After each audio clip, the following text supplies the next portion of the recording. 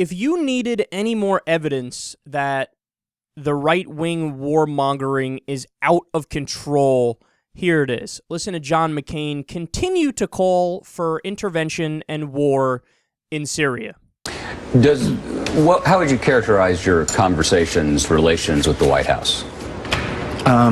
They have been good on a number of issues, immigration reform, some of the other issues, but honestly, the president and I really parted company on Syria. The slaughter is now beyond imagining. It's so awful what's going on with Syria that it's hard for me to, when we really haven't done hardly anything. Now, I keep hearing reports that we're stepping up some support. I hope that's true.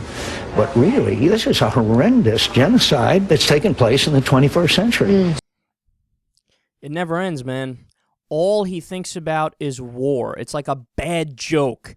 But especially when it comes to Syria, the idea of intervention or war is absurd. So he just called it a genocide.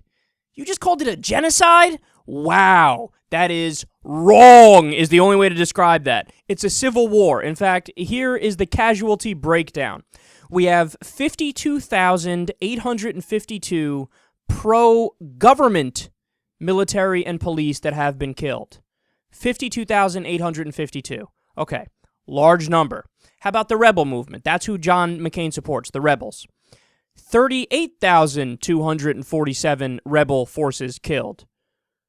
So realize, he just said it's a genocide.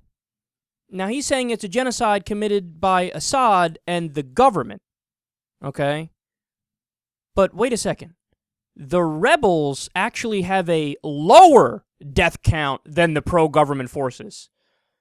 So it's definitely not a genocide. If anything, the genocide would be in the other direction. But it's not a genocide in either direction. It's a civil war. But the idea that you can argue that it is a genocide, no, I mean, he's seeing this through the lens of somebody who just wants war. He's disregarding all the facts. So let me break this down even further for you. And the numbers I gave you, just to be clear, those are the confirmed most conservative estimates too. Other estimates go from 100,000 total dead up to as high as 150,000 total dead. But here are the two most important facts that you need to remember about the situation in Syria right now and why it would be insanity for us to get involved. Number one, the rebel movement is broken down into dozens of factions, but the main ones are, there's four of them. One of them is called ISIS, okay? Another one is called Al-Nusra Front.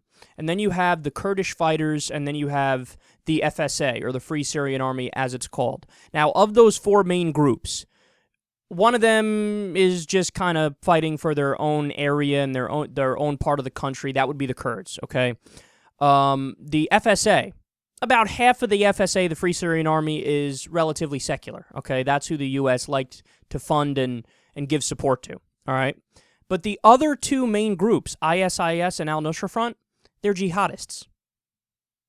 Now, the old estimates were that about 50% of the Al-Qaeda rebel movement is Al-Qaeda affiliated. Now it's more than that. Now it's about 75% of the rebel movement is Al-Qaeda affiliated. And in fact, the main Al-Qaeda group or affiliate is Al-Nusra Front. ISIS is considered too radical even for Al-Qaeda. They distance themselves from them. Why? Because they're even more rabid and crazy in killing civilians and blowing up innocent people. Okay? And even Al-Qaeda is like, look, we're all for killing innocent people, but you're killing innocent Muslims, and we're against that. So they blew up like a little kid's school recently, and even Al-Qaeda had a press release that said, we don't agree with this, these guys are fucking nuts. When you lose Al-Qaeda, oh my God, you must be so out there. But that's the majority of the rebel movement now. Okay? And John McCain is saying, not only should we intervene, but we should intervene on the side of the rebels because he's against the Assad government. Whoa, man. Whoa, John. Whatever happened to the war on terror? If you actually wanted to continue the war on terror and to fight it, then you actually would be fighting as an ally of Assad to go against Al-Qaeda and the jihadists. But that's the thing, man. He doesn't know what he's talking about. He doesn't know what he's doing. He's just not making these logical deductions or these logical connections. Or maybe he is, and the reality is he wants to topple the government to try to hope to get some sort of a secular leader in there, although that's naive. And then he wants to run the pipeline through. Because that's something that not a lot of media outlets have spoken about, but there was a plan to have a pipeline, a U.S. pipeline, that our allies use that run directly through Syria, and Assad said no to it.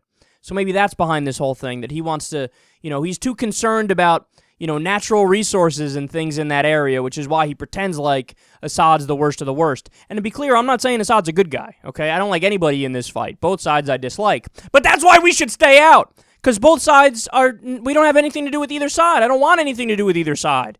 I mean, that's insanity. And the last piece of evidence I'll throw out there, this is the debate-ending fact in my opinion. Only 24% of Americans wanted to intervene in Syria. Okay. Stop saying we should go there. Just shut the fuck up.